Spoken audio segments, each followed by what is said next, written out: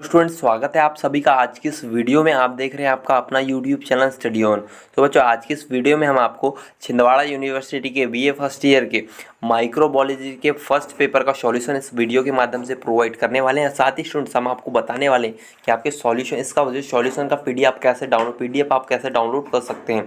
तो वीडियो में लास्ट तक बने रहे। और स्टूडेंट्स, आपके सभी क्वेश्चन पेपर के सॉल्यूशन हमारे इस चैनल पर अपलोड किए जा रहे हैं, तो उन्हें देखने के लिए आप जो है इसका जो है नीचे कमेंट बॉक्स में आपका पिन कमेंट बॉक्स है, उससे जो है इस वीडियो को देखने के बाद आप चेकआउट कर सकते हैं। साथ ही जो है, अगर आप इस चैनल पर पहली बार आए तो आप इस चैनल को सब्सक्राइब करके बेल आइकन को प्रेस कर दें, ताकि जब भी मैं कोई नेक्स्ट वीडियो को आपका सॉल्यूशन अपलोड करूं तो जो है आपको सबसे पहले आपको इसका जो आपको नोटिफिकेशन मिले। तो बच्चों, चलिए वीडियो शुरू कर लेते हैं। तो देखिए, सबसे पहला आपका बीएससी फर्स्ट ईयर का माइक्रोबायोलॉजी का आपका ये फर्स्ट पेपर है। तो देख लेते हैं पूरा इसका आंसर। क्वेश्चन पेपर पहले हम देखेंगे, फिर इसका आंसर हम देखेंगे। तो फर्स्ट में आपको पूछा गया माइक्रोबायोलॉजी क्या है और सूक्ष्म विज्ञान के क्षेत्र में और विकास के बारे में बताएं। इसके अर्थव्य में रोग किसे कहते हैं, जन मानव कल्याण, जीव विज्ञान के अनुप्रयोग के बारे में लिखिए। इसके आगे स्टूडेंट्स आपको क्वेश्चन नंबर 2 में अच्छी तरह से नामांकित चित्र की सहायता से जीवाणु कोशिका की अल्ट्रा स्ट्रक्चर का आपको जो है वर्णन करना है। उसके आपको अथवा में यू कैरियोटिक और आर्क बैक्टीरिया की सामान्य यू बैक्टीरिया और आर्क बैक्टीरिया की सामान्य विशेषताओं, वर्गीकरण और संरचना के बारे में आपको लिखने को कहा गया है। साथ ही स्टूडेंट्स, आपको देखिए इसके तीसरे क्वेश्चन में आपको कवक क्या है, इसकी सामान्य विशेषताएं और संरचना को लिखने को कही गई है। साथ ही इसके और में आपको लाइटिक लाइसोजेनिक चक्र की क्रियाविधि सहित आपको समझाना है।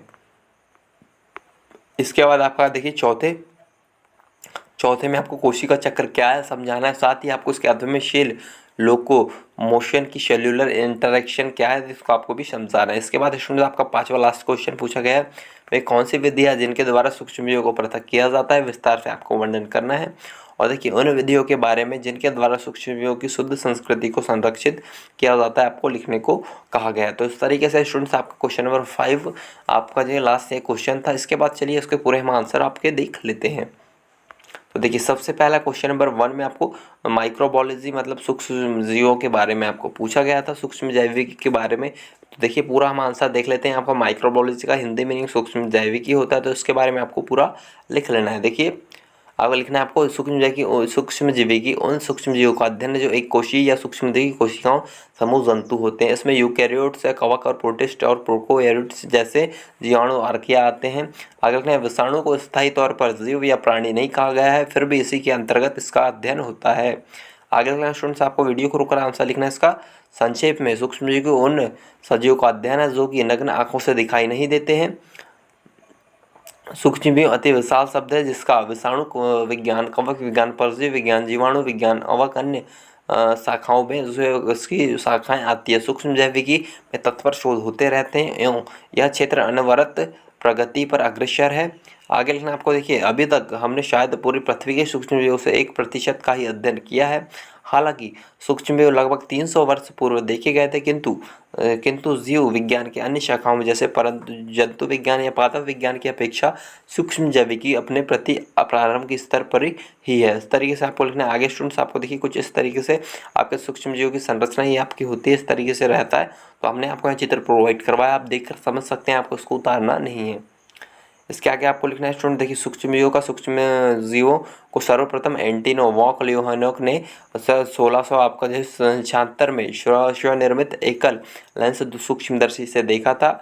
ऐसा करके उन्होंने जीव विज्ञान के क्षेत्र में एक अभूतपूर्व कार्य किया, जिसके द्वारा जीवाणु विज्ञान सूक्ष्म जैविकी का आरंभ हुआ। बैक्टीरियम शब्द का प्रयोग काफ़ी बाद जो है आपका 1800 जो है आपका 28 में एनहोबर्ग द्वारा हुआ। इसके बाद यूनानी शब्द जहाँ बैक्टो प्लो से निकला, जिसका अर्थ जो है छोटी सी डंडी होता था।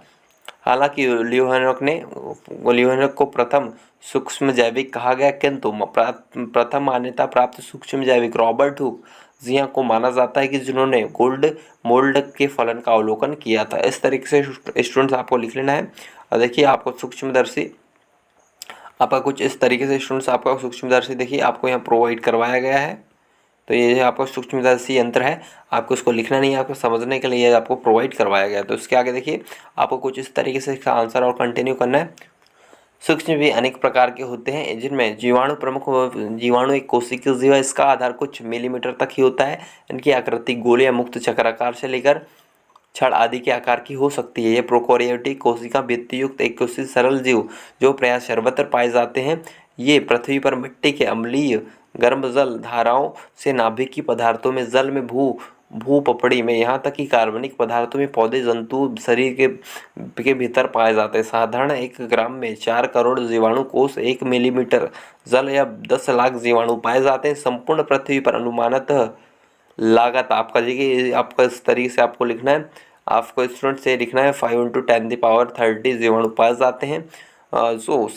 जो आपके संसार के बायोमास का एक बहुत बड़ा भाग है। ये कोई तत्वों के चक्र में बहुत महत्वपूर्ण भूमिका अदा करते हैं कि वायुमंडल के लिए नाइट्रोजन के स्थिरीकरण में जी आपको जो है इस तरीके से लिखना है। आगे स्टूडेंट्स आपको लिखना है हालांकि बहुत सारे आपके जो वंश जीवाणु के जो है का प्रथम श्रेणी में विभाजन नहीं हुआ, तथापि लगभग आधे की किसी न किसी जाति को प्रयोगशाला में उगाया जा चुका है। जीवाणु का अध्ययन बैक्टीरियोलॉजी के अंतर्गत किया जाता है, जो सूक्ष्म जीवों की एक शाखा है। इस तरीके से स्टूडेंट्स आपको ये क्वेश्चन नंबर 1 का आंसर आपका यहाँ पर कंप्लीट होता है। चलते हैं अपने नेक्स्ट क्वेश्चन नंबर 2 की तरफ।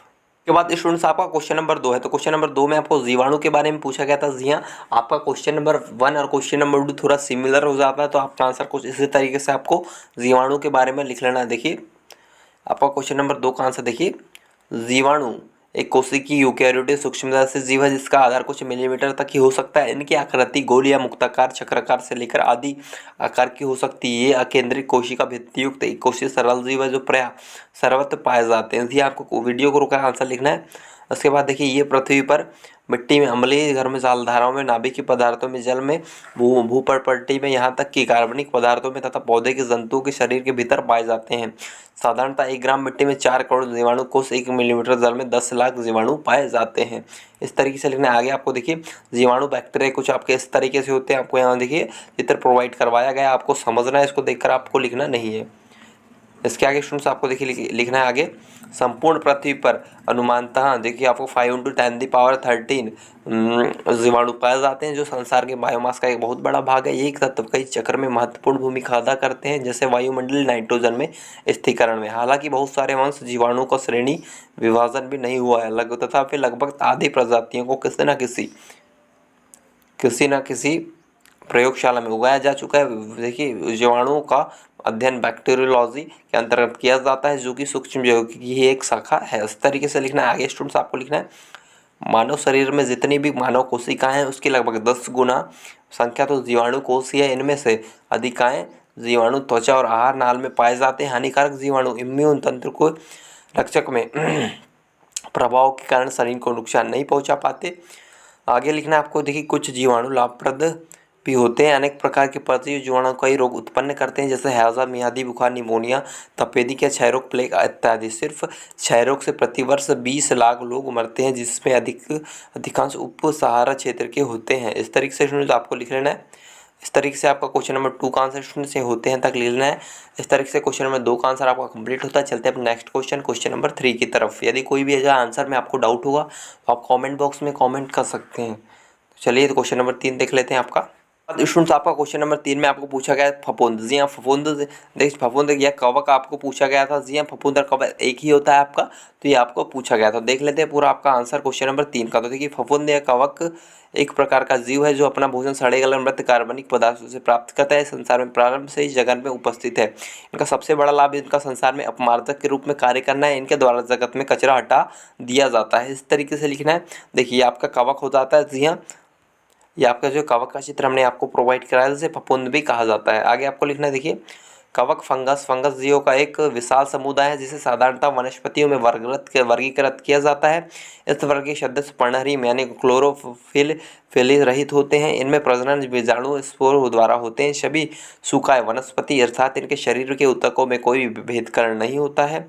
दूसरे शब्दों में इनमें तड़जना और पत्तियां नहीं होती है, तथा इनमें अधिकाधिक प्रगतिशील पौधों की भांति संवहन तंत्र नहीं होता है। जिसे आपको देखिए पहले इस प्रकार के लिखना है। आगे पहले इस प्रकार के सभी जीव ही वर्ग कवक के अंतर्गत परिगणित होते थे, परंतु अब नदी विज्ञानविदों ने कवक के वर्ग के अतिरिक्त 2 वर्गों की स्थापना की है, जिसमें क्रमानुसार जीवाणु और देखिए स्लम, श्लेष्मा, अर्णिका, स्माइल मोल्ड जीवाणु को एक कोशिकीय होते हैं जिनमें प्रारूपिक रूप या टाइपिकल न्यूक्लियस नाभिक है आपका प्रारूपिक नाभिक टाइपिकल न्यूक्लियस नहीं होते हैं तथा श्लेष्मार्मिक की बनावट और पोषण न्यूट्रिशन जंतुओं की भांति होती। कवक अध्ययन के विज्ञान को कवक विज्ञान भी कहते हैं। जी आपको स्टूडेंट इस तरीके से लिखना है। आगे आपको लिखना है, देखिए कुछ तरीके से आपको आगे लिखना है। वास्तविक कवक के अंतर्गत कुछ ऐसे परिचित वस्तुएं आती हैं जैसे गूंदे हुए आटे से पावरोटी बनाने में सहायक एक कोसी खमीर, बासी रोटी पर रुई की भांति फफूंद, चर्म पर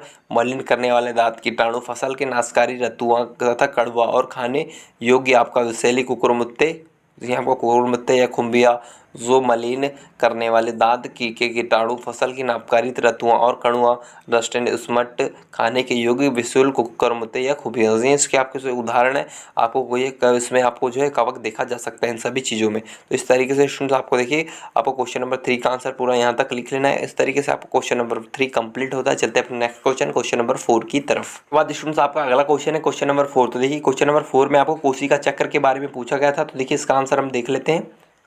तो देखिए आपको लिखेंगे घटनाओं का वह अनुक्रम जिसमें कोशिका अपने जीनोम का द्विगुणन द्वारा अन्य संगठनों का संश्लेषण होता है, उसके बाद विभाजित होकर दो नई संतति कोशिकाओं का निर्माण करती है, कोशिका चक्र कहलाती है। जी आपको जो वीडियो स्पीड में हो सकती है, आप वीडियो को जो है रोककर इसका आंसर लिख लेना है। इसके बाद आपको देखिए यह एक सतत प्रक्रिया जिसमें डीएनए का संश्लेषण कोशिका चक्र की किसी विशिष्ट अवस्था में होता है। सभी घटना जीनों द्वारा होती है। मनुष्य में कोशिका चक्र 24 घंटे का होता है। कोशिका चक्र के दो मूल प्रावस्थाएं होती है। आपकी दो मूल प्रावस्थाएं होती है, इनको लिखना है आपको। देखिए पहली अंतरावस्था होती है जिसे इंटरफेज भी कहा जाता है। इसका चित्र देखिए हमने आपको यहाँ प्रोवाइड करवाया कोशिका चक्र का। तो इस तरीके से आपको समझ लेना है इसको। आप यदि उतारना चाहते हैं तो आप उतार सकते हैं, लेकिन आपको ब्लर दिख रहा होगा तो आपको यदि आप नहीं उतारना चाहते तो आप कोई बात नहीं, आपको इस तरीके से समझ लेना है। इसके आगे स्टूडेंट्स आपको देखिए क्वेश्चन नंबर 4 का आंसर आपको कंटिन्यू करना है। लिखना है आपको आगे। कोशिका चक्र में 95% समय अंतरावस्था का होता है। कोशिका का जीवन काल अधिकांशतः अंतरावस्था में होता है। उसमें कोशिका का आकार दोगुना होता है। इस अवस्था में तेजी से जैव संश्लेषण होता है। अंतरावस्था की 3 उप प्रवस्थाएं होती है आपकी। आगे लिखना है आपको। देखिए पंचसूत्री अंतर प्रवस्था जिसे जी फेज भी कहते हैं, इसे प्रथम वर्धकान भी कहते हैं। इस प्रवस्था में प्रोटीन आरएनए का संश्लेषण होता है। आगे लिखना डीएनए संश्लेषण की तैयारियां होती है। जी काल का समय बदलता रहता है। स्थायी ऊतकों की कोशिका में कोशिका विभाजन रुक जाता है। आगे लिखना आपको। देखिए जी अवस्था का परिवर्तन जी जीरो अवस्था या विश्राम अवस्था में हो जाता है। ऐसी परिस्थिति माना जाता है कि वह कोशिका चक्र से हट गई है, परंतु अनुकूल अवस्था में आती है जो तो पुनः वृद्धि होती है और कोशिका पुनः जीवन में प्रवेश करती है। इस तरीके से आपको दूसरा लिखना। देखिए संश्लेषण, दूसरा पॉइंट संश्लेषण प्रावस्था। इस प्रावस्था में डीएनए का निर्माण, डीएनए की प्रतिकृति होती है। इस दौरान डीएनए की मात्रा दुगुनी हो जाती है तथा गुणसूत्रों की संख्या 2n रहती है। जी आगे लिखना है आपको तीसरा। देखिए तीसरे में आपको तीसरे पॉइंट में पूर्वीय सूत्रकाल अंतरकाल G2 phase। इस प्रावस्था में आरएनए प्रोटीन एटीपी का संश्लेषण होता है। इस प्रावस्था में कोशिका सूत्री विभाजन के लिए अपने आप को तैयार करती है। इस तरह से क्वेश्चन नंबर 4 का आंसर स्टूडेंट्स आपको यहाँ तक पूरा लिख लेना। चलते हैं अपने नेक्स्ट क्वेश्चन नंबर 5 की तरफ। बाद स्टूडेंट्स आपको अगला क्वेश्चन है क्वेश्चन नंबर 5। तो क्वेश्चन नंबर 5 में आपको जो सूक्ष्मजीवों को पृथक करने की प्रक्रिया कौन सी आपको पूछा गया था। जी हाँ, तो इसी का आंसर जो आपको कुछ इस तरीके से लिखना है। पहले आपको थोड़ा सूक्ष्मजीवों के बारे में थोड़ा लिख लेना है। उसके बाद स्टूडेंट्स आपको जो है इसका जो है आपको पृथक करने की प्रक्रिया को लिखना है। तो देखिए स्टूडेंट्स आप सबसे पहले आपको सूक्ष्मजीवधारी जिसे कहा जाता है उसका देखिए आपको थोड़ा सा उसके बारे में एक्सप्लेन करना है। उसके बाद आपको जो इसकी पृथक करने की प्रक्रिया हम प्रोवाइड करवाएंगे। तो वे जीव जिन्हें मनुष्य नंगी आंखों से नहीं देख सकता तथा जिन्हें देखने के लिए सूक्ष्मदर्शी माइक्रोस्कोप यंत्र की आवश्यकता पड़ती है उन्हें सूक्ष्मजीव या माइक्रो ऑर्गेनिज्म कहते हैं। सूक्ष्मजीवी की माइक्रोबायोलॉजी में सूक्ष्मजीवों का अध्ययन किया जाता है। जी हाँ, इसके बाद आपको देखिए इस तरीके से आंसर आपको ये लिख लेना है। और आगे आपको देखिए इस तरीके से आपको जो है ये आपका जो हमने चित्र प्रोवाइड करवाया आपको सूक्ष्मजीवी का आपका ये मुझे आपका चित्र है, आपको देखकर समझना है, आपको इसको बनाना नहीं है। आगे लिखना है स्टूडेंट्स आपको। देखिए सूक्ष्मजीवों का संसार अत्यंत विविधता से भरा हुआ है। सूक्ष्मजीवों के अंतर्गत सभी जीवाणु, बैक्टीरिया और आर्किया तथा लगभग सभी प्रोटोजोआ के अलावा कुछ कवक, फंगी या शैवाल, एल्गी और चक्रधर, रोटिफर आदि जीव आते हैं। बहुत से अन्य जीवों को तथा पादपों के शिशु भी सूक्ष्मजीव ही होते हैं। कुछ सूक्ष्मजीव विज्ञानी विषाणुओं को भी सूक्ष्मजीवों के अंदर रखते हैं। किंतु अन्य लोग इन्हें निर्जीव मानते हैं। जी हाँ, इस तरीके से आगे आपको स्टूडेंट से देखिए इनको पृथक करने की आपको प्रक्रिया पूछा गया था। तो प्राथमिक उपचार देखिए, प्राथमिक उपचार में चरण वाहित मल से छोटे बड़े कणों को निष्पन्द ने फिल्ट्रेशन द्वारा अवसाद सेंडिमेशन द्वारा भौतिक रूप से अलग कर दिया जाता है। इस तरीके से लिखना है आपको। उसके आगे आगे लिखना है, इन्हें भिन्न भिन्न चरणों में किया जाता है। आरंभ में तैरते हुए कूड़े करकट को अनुक्रमिक निष्कंद द्वारा हटा दिया जाता है। इस तरीके से जो है आपको सूक्ष्म जीवों को जो है पृथक किया जाता है। इस तरीके से आपको लिखना है। आगे आपको उसके लिखना है, देखिए सूक्ष्म सर्वव्यापी होते हैं। यह मृदा जलवायु हमारे शरीर के अंदर अन्य प्रकार के प्राणुओं तथा पादपों में पाए जाते हैं जहाँ किसी प्रकार का जीवन संभव नहीं है। जैसे गीजर के भीतर गहराई तापी चिमनी दांत पर ताप 100 डिग्री सेल्सियस तक बढ़ा हुआ रहता है। अगले क्वेश्चन स्टूडेंट्स आपको देखिए, मृदा में गहराई तक बर्फ परतों की स्थायी मीटर नीचे तथा उच्च अम्लीय पर्यावरण जैसे स्थानों पर भी पाए जाते हैं। इस तरीके से स्टूडेंट्स आपको क्वेश्चन नंबर 5 का आंसर यहाँ तक पूरा लिख लेना है। देखिए क्वेश्चन नंबर 5 का ये आंसर आपको हमने प्रोवाइड करवाया। यदि आप जो आंसर से श्योर नहीं है तो आप नीचे कमेंट बॉक्स में कमेंट कर सकते हैं।